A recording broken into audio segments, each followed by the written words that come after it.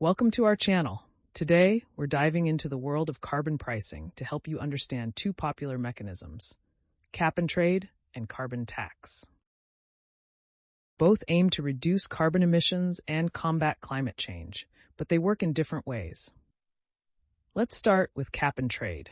This system sets a cap on the total amount of greenhouse gases that can be emitted by certain industries. Companies are issued permits or allowances for specific emission amounts.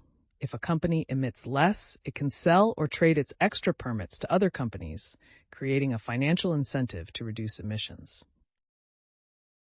Over time, the cap is typically lowered, decreasing the total allowable emissions. Now let's shift to the carbon tax. This approach imposes a direct tax on the carbon content of fossil fuels.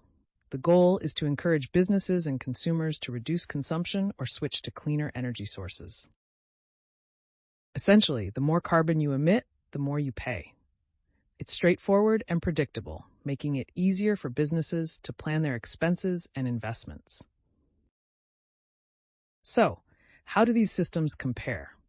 Cap and trade provides flexibility, allowing the market to determine the price of permits, which can lead to cost-effective emission reductions. However, it may also introduce volatility in permit prices, creating uncertainty for businesses. On the other hand, a carbon tax provides price stability and transparency, as the tax rate is set by the government. This stability helps businesses forecast costs better, but doesn't guarantee a reduction in emissions to a specific level. The effectiveness of each system depends on design details, enforcement, and the political context in which they are implemented. In practice, some regions choose to combine elements of both systems to leverage the advantages of each.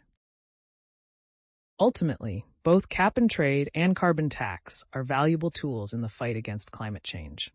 They aim to provide economic incentives or disincentives to reduce carbon emissions and shift toward sustainable practices.